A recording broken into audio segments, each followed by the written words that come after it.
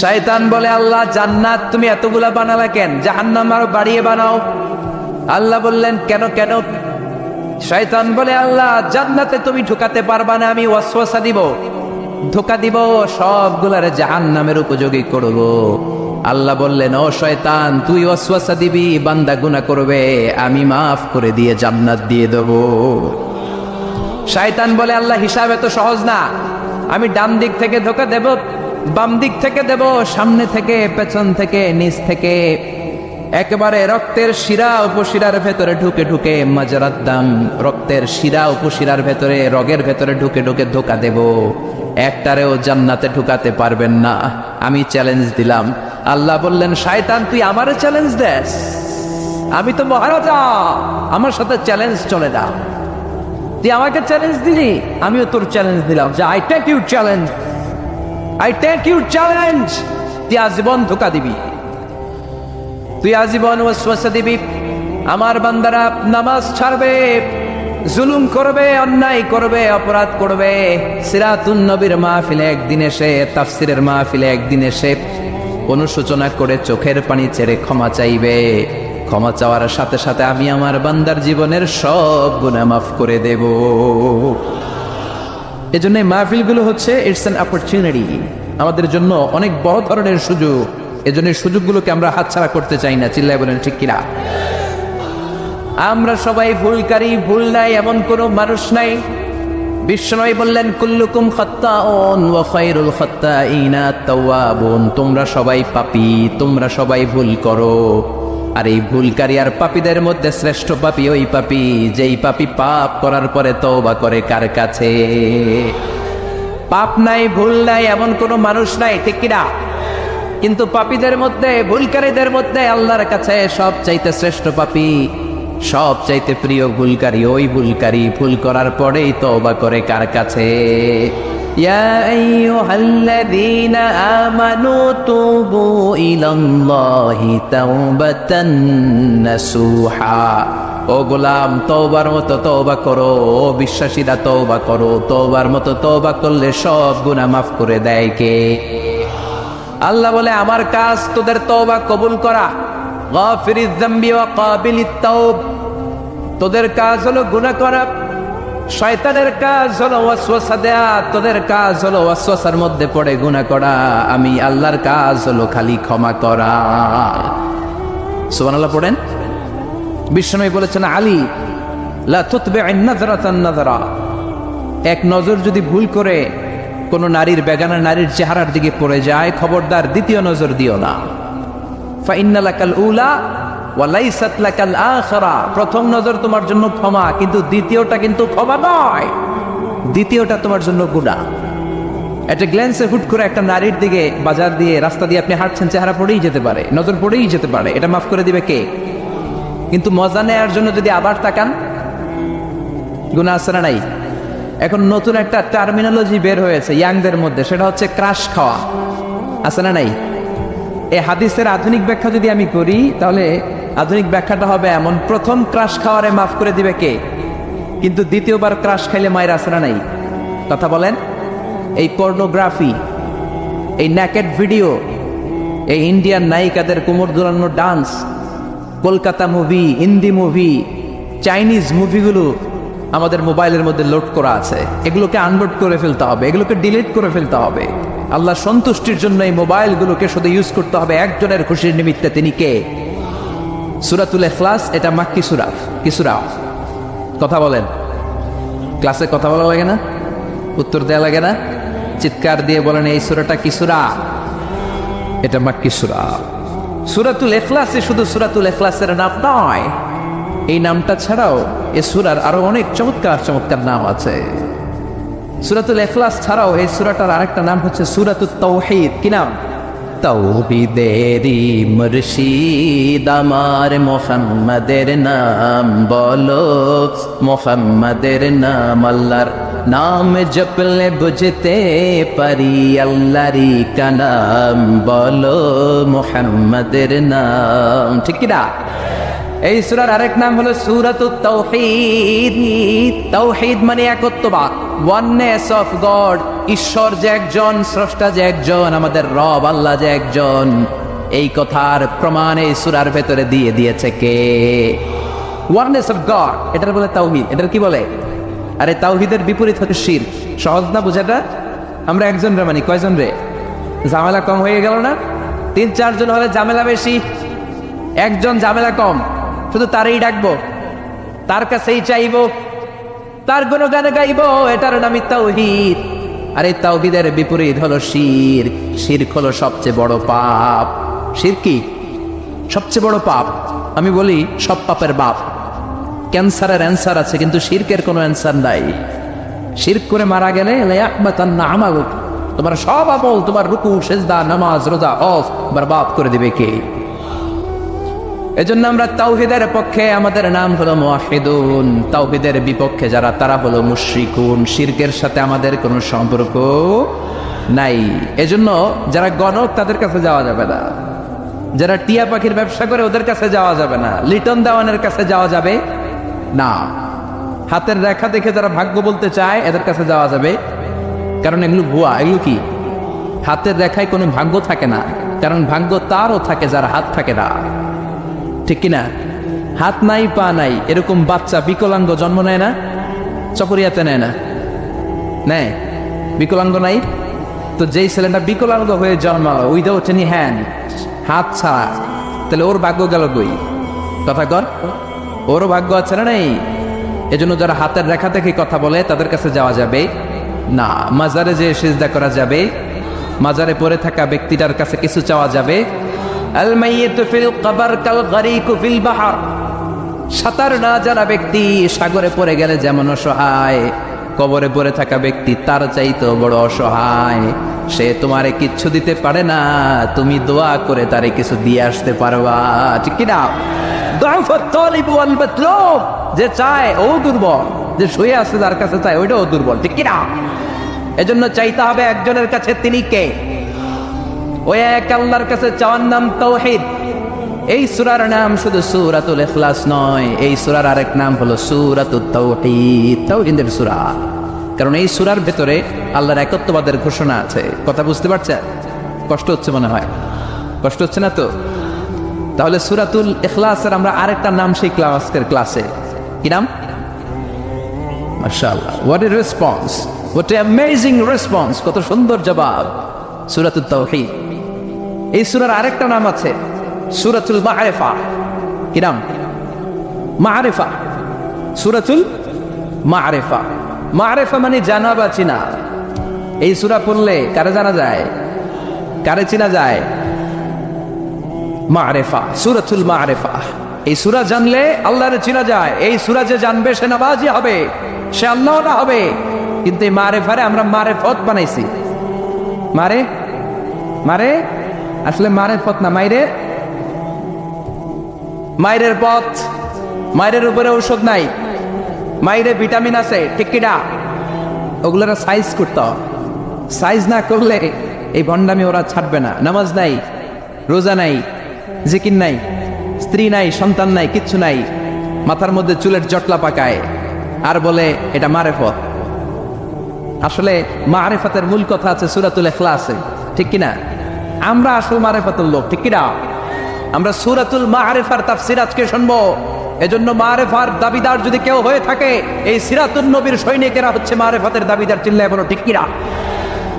যে ভণ্ডগুলো মারেফতের কথা বলে, এগুলা মারেফত নয়, ওরা আছে মাইরের পথে। ওগুলোর মাইট দিলে ওদের কপালে হেদায়েত নসিব হবে। চিল্লায় বলেন ঠিক কিনা? তাহলে জানা গেল এই সূরার আরেকটা নাম সূরাতুল মা'রিফা। মাশাআল্লাহ। আরেকটা নাম জানি, সেটা হচ্ছে এই সূরার আরেক নাম হচ্ছে সূরাতুস সামাদ। কি নাম? এই সূরার ভিতরে সামাদ শব্দটা আছে না নাই? কুল হুয়াল্লাহু আহাদ আল্লাহুস সামাদ। সামাদের বিপরীত হচ্ছে সনাম। সামাদ সনাম একরকম না? সনাম মানে মূর্তি, সনাম মানে কি? মূর্তি। জাহিলি যুগে বিশ্বনবীর আগমন যখন ঘটেছে, ইন দ্য মিন টাইমে এক লোক এক মূর্তির ভক্ত ছিল। সে মূর্তির জিকির করত, সনম সনম সনম সনম সনম। সনম মানে কি? মূর্তি। আর সমাদ কে? আল্লাহ। সে সনামের জিকির করতে করতে একদিন এই সানামটাকে রেখে সে কোনো এক কাজে গেল। এই মূর্তিটাকে সে বড্ড ভালোবাসতো, বগল দাবা করে রাখতো, যেখানে যেত নিয়ে যেত, ভাবতো এই মূর্তিকে রাখলে, এই খোদাকে রাখলে বরকত হবে। তো একদিন এই খোদাকে রেখে, সানাম নামক মূর্তিটাকে, খোদাটাকে রেখে কাজে গেল। ফিরে এসে দেখে মূর্তি গোসল হয়ে আছে, মূর্তির গায়ে পানি। He thought it could be the water of mercy and blessings, since it is my God, since he is my Lord, it could be the water of mercy and blessings and barakah. যেহেতু এটা আমার খোদা, আর খোদা যেহেতু গোসল করছে, তাহলে এই গোসলের পানি বরকতের পানি না হয়ে যাবে না। It could be the water of barakah, এটা হয়তো বরকতের পানি হবে। When he thought it is the water of barakah, he started to suck it. এবার বরকত নেয়ার জন্য জিহ্বা দিয়ে চাটতে শুরু করছে। When he started to suck it, he found the taste is little bit bitter. যখন সে চাটতে শুরু করেছে, সে দেখতে পেল যে স্বাদটা লোনা লোনা লাগে, কটা কটা লাগে, লন্তা লন্তা, টক টক। He thought, why it's bitter? It could be sweeter. এটা তো মিষ্টি হওয়া উচিত। রহমতের পানি, জমজমের পানি খাইছে, বরকত আছে না নাই? বিশ্বনবী বলেছেন, ইন্নাহা তাআমু তুমিন ওয়া শিফাউ সুকমিন, ইন্নাহা মুবারাকা। এই জমজমের পানি বরকতের পানি। ইন্নাহা তাআমু তুমিন ওয়া শিফাউ সুকমিন, এটা খেয়ে মাউ জমজম লিমা শুরিবা, যে রোগের নিয়তে আপনি জমজম খাবেন, ওই রোগ ভালো করে দিবে কে? এই পৃথিবীতে যত পানি পাওয়া গিয়েছে, সব পানির মধ্যে সবচাইতে শ্রেষ্ঠতম বরকতময় পানি হচ্ছে জমজমের পানি। কারণ এটা সাধারণ পানি নয়, এটা বিশ্বনবীর পূর্বপুরুষ সাইয়েদনা ইসমাঈল আলাইহিস সালামের পায়ের ধাক্কায় পৃথিবীতে এসেছে। এই জমজমের পানিটা এমন পানি, পৃথিবীর সব পানি খেলে শুধু তৃষ্ণা নিবারণ হয়, শুধু তৃষ্ণা। If you are thirsty, you can have the water of Zamzam, আপনার তৃষ্ণা চলে যাবে, পাশাপাশি আপনার ক্ষুধাও চলে যাবে। পৃথিবীতে যত পানি আছে, সব পানি শুধু তৃষ্ণা নিবারণ করে, কিন্তু জমজমের পানি তৃষ্ণা যেমনি নিবারণ করে, পাশাপাশি ক্ষুধাও নিবারণ করে। কোন সুবহানাল্লাহ। এজন্য একটা দুইটা খেজুর আর জমজমের পানি আপনি খেলে সারা দিন সারভাইভ করতে পারবেন। চিল্লায় পড়েন আল্লাহু আকবার। আবার এই জমজমের পানি দিয়ে বিশ্বনবীর সিনা চাক করা হয়েছে। মেরাজের রাতে যখন বিশ্বনবী যাবেন, উম্মে হানির ঘর থেকে বিশ্বনবীকে উঠিয়ে হাতিমে কাবায় রাখা হলো। সাইয়েদনা জিব্রাইল বিশ্বনবীর গলার নিচ থেকে ছিঁড়ে নাভি পর্যন্ত পুরো বুকটাকে ফেড়ে দুই ভাগ করে দিল। বিশ্বনবীর কলবটাকে বের করে এই জমজমের পানি দিয়ে ধৌত করল। সুবহানাল্লাহ পড়বেন না? আবার লাগিয়ে দিল, এটাকে আরবিতে বলে শাক্কুস সাদর, উর্দুতে বলে সিনা চাক, ইংরেজিতে বলে ওপেন হার্ট সার্জারি। বিশ্বনবীকে যে সমস্ত সাহাবারা তাদের পুরো জীবনে খালি গায়ে দেখেছে, উদম গায়ে, গায়ে জামা নেই, তারা বলেছে আমরা দেখেছি বিশ্বনবীর গলা থেকে নাভি পর্যন্ত কেমন যেন শিলায়ের মতো দাগ দেখা যায়। ওপেন হার্ট সার্জারির প্রমাণ। চিৎকার করে পড়বেন আল্লাহু আকবার। He thought it is the water of mercy and blessings.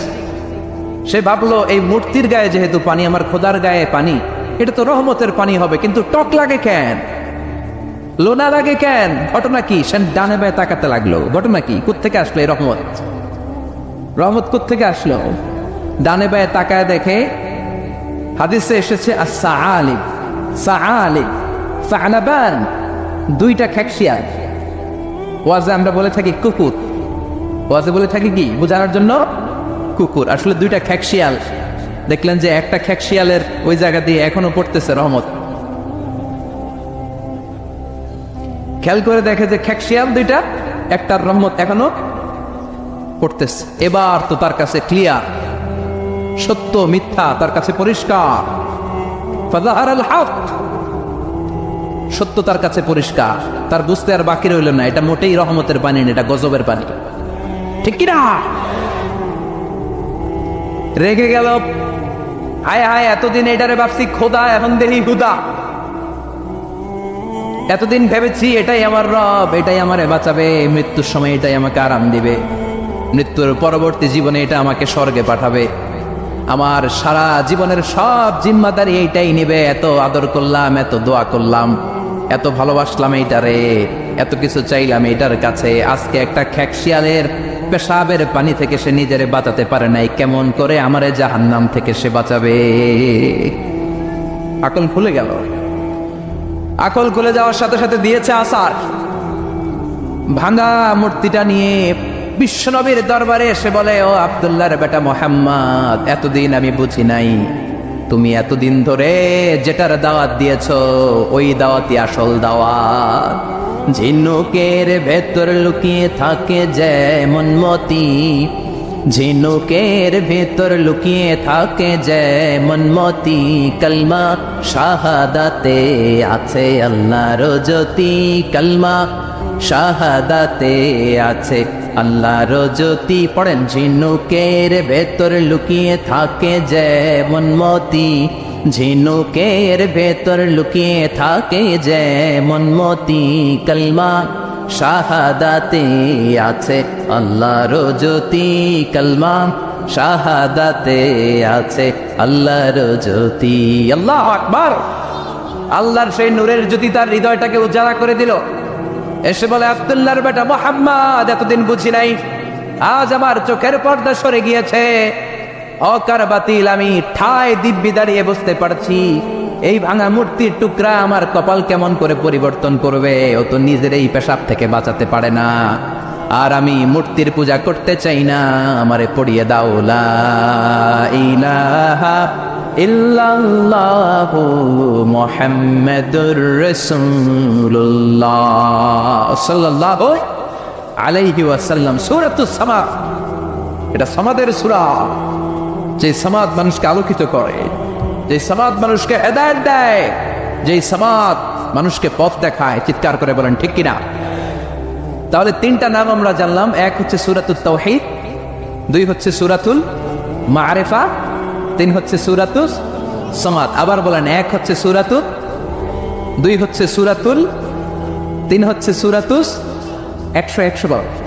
প্রশ্ন করলে 100তে 100 পাবে। আল্লাহ তুমি কবুল করো। এই সূরাটা অনেক বরকতপূর্ণ সূরা। এই সূরাটা বিশ্বনবী সাল্লাল্লাহু আলাইহি ওয়াসাল্লাম ফজরের সুন্নাত নামাজ যখন পড়তেন তখন পড়তেন এই সূরাটা। মাগরিবের সুন্নাতে বিশ্বনবী সাল্লাল্লাহু আলাইহি ওয়াসাল্লাম এই সূরাটা পড়তেন। আবার যারা হজ উমরা করেছেন, তাওয়াফের পরে 2 রাকাত নামাজ পড়া সুন্নাহ, ওই 2 রাকাত নামাজের দ্বিতীয় রাকাতে বিশ্বনবী এই সূরাটা পড়তেন। তাওয়াফ করতে হয় না? একটা ঘর আছে, ওয়ালিয়াতাওয়াফু বিল বাইতিল আতীক। আল্লাহ বলেন, আমার এই প্রাচীন ঘরটার চারদিক দিয়ে তাওয়াফ করো। সব নবীরা করেছে, তোমরাও করো। সুবহানাল্লাহ। ওইটা হচ্ছে মাসাবাতান লিন-নাসি ওয়া আমনা, গোটা বিশ্বের মানব মণ্ডলীর মিলন কেন্দ্র। লক্ষ লক্ষ মানুষ ওই ঘরটাকে কেন্দ্র করে মিলিত হয়। আজান যখন হয়, আল্লাহু আকবার, আল্লাহু আকবার, আল্লাহু আকবার, আল্লাহু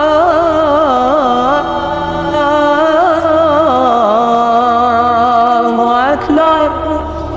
মসজিদুল হারামে যখন আজান হয়, দেখবেন চারদিক থেকে শারে আল হিজরা দিয়ে, আজিয়াদ রোড দিয়ে, জাওয়াল দিয়ে, গাজ্জা দিয়ে, মসজিদুল হারামের চারদিকের হোটেলের গলি অলি, গলি পথ রাস্তা সব ব্লক হয়ে মানুষগুলো মৌমাছির মতো আল্লাহর এই ঘরকে কেন্দ্র করে ছুটতে থাকে।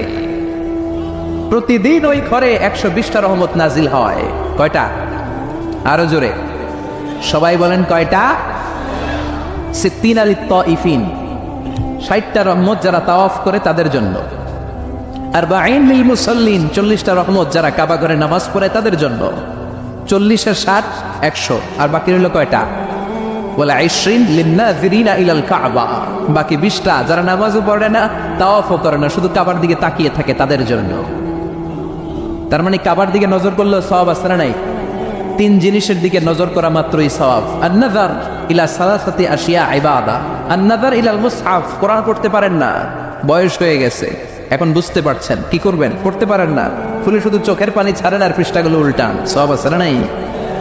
মা বাবার চেহারার দিকে রহমতের নজরে যদি তাকান, এত কষ্ট করে আমার মা বাবা আমাকে লালন পালন করেছে, কত কষ্ট করেছে আমার জন্য আমার মা, কত